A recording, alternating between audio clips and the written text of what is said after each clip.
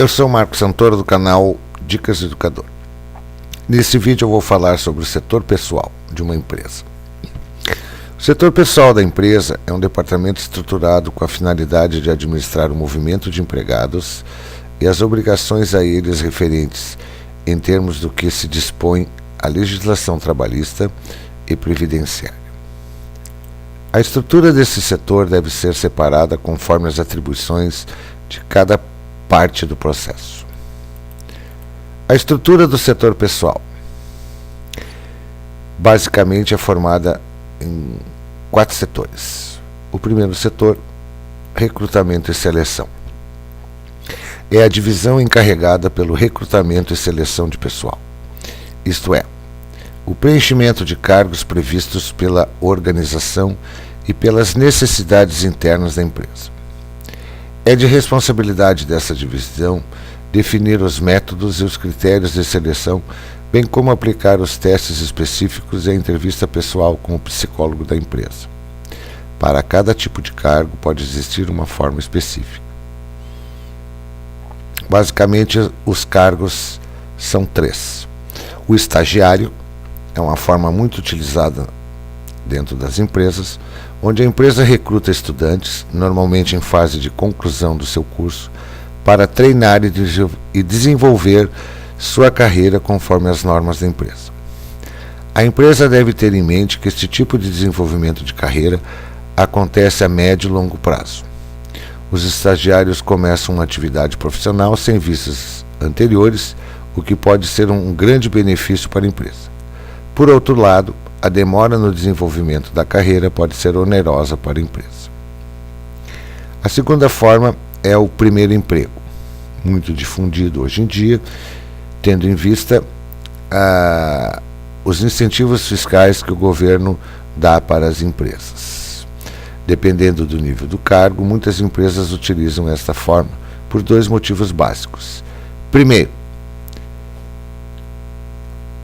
contam com os incentivos fiscais do governo, e segundo, para poder desenvolver carreiras conforme as normas e procedimentos da empresa. E terceiro, as formas específicas. Para determinadas funções, a empresa deve buscar candidatos no mercado de trabalho através de anúncios, agências de emprego e etc. O setor pessoal, puramente, é a divisão encarregada pela contratação dos empregados envolvendo registros internos e registros externos.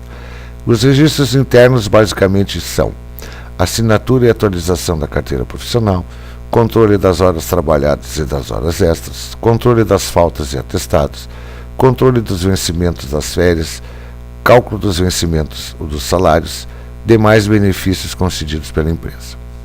Os registros externos: controle dos registros nos órgãos governamentais, Caixa Econômica Federal, Fundo de Garantia, PIS e Fim Social, INSS, Instituto Nacional de Previdência Social, referente às contribuições destinadas à Previdência Social para fins de aposentadoria, Ministério da Fazenda, quando os salários justificarem o desconto do imposto de renda na fonte, e sindicato da categoria, relativo aos descontos e contribuições de cada categoria profissional.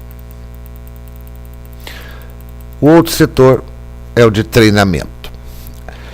O setor de treinamento é a divisão encarregada pelo treinamento e qualificação dos empregados para suas funções. Existem 2 tipos de treinamentos: o treinamento formal, de natureza mais acadêmica, e o treinamento em serviço, de natureza prática. E o outro setor é o analista de cargos e salários, divisão encarregada de administrar os cargos e salários da organização.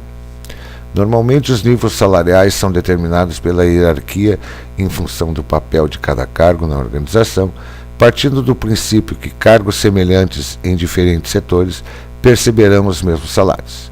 Os seguintes fatores devem ser considerados para a política salarial: média salarial paga pelo mercado de trabalho na região, nível de qualificação, especialização e escolaridade exigida pela função, capacitação pessoal em termos de liderança, dinamismo, critério e discernimento, supervisão de serviços e de outros funcionários, exercido pelo ocupante do cargo e grau de responsabilidade na função em termos de pessoal, de material e de resultados esperados no desempenho. Espero que essas dicas tenham sido de grande valia.